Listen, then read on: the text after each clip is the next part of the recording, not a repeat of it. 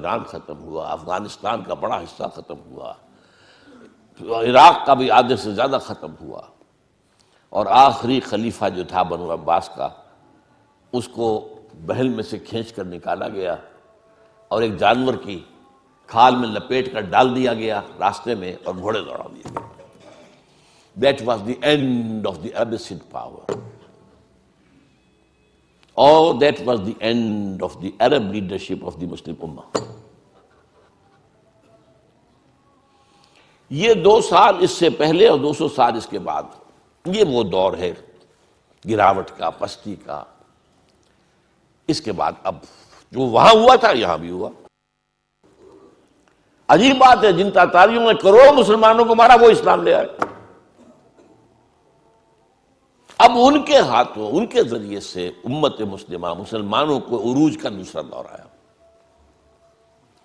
فرق یہ ہے کہ کوئی مرکزی حکومت تو ایک قائم نہیں ہوئی،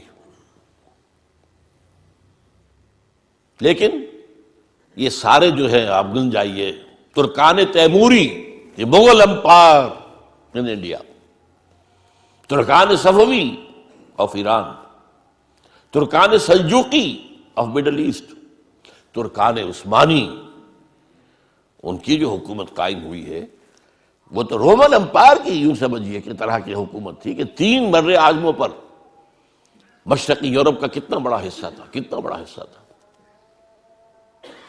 شمالی افریقہ، پورا مغربی ایشیا کا بڑا چنک یہ سلطنت عثمانیہ میں شامل تھا۔ یہ ہمارا دوسرا عروج کا دور ہے، لیکن پھر زوال آیا، ہر زوال ہے، ہر کمال زوال ہے، پھر گراوٹ آئی، پھر اخلاق گرے، پھر عقائد کے اندر مشرکانہ اوہام آئے، نئی سے نئی رسومات ایجاد کی گئی۔ اب جو زوال آیا وہاں کن کے ہاتھوں آیا تھا؟ European, Greeks and Romans. ہم پر آیا کن کے ہاتھوں؟ سب سے پہلے اسپینیئرز کے ہاتھوں، ہسپانیہ کے عیسائیوں نے مسلمان کی حکومت ختم کی وہاں پر اور تہس نہس کر دیا۔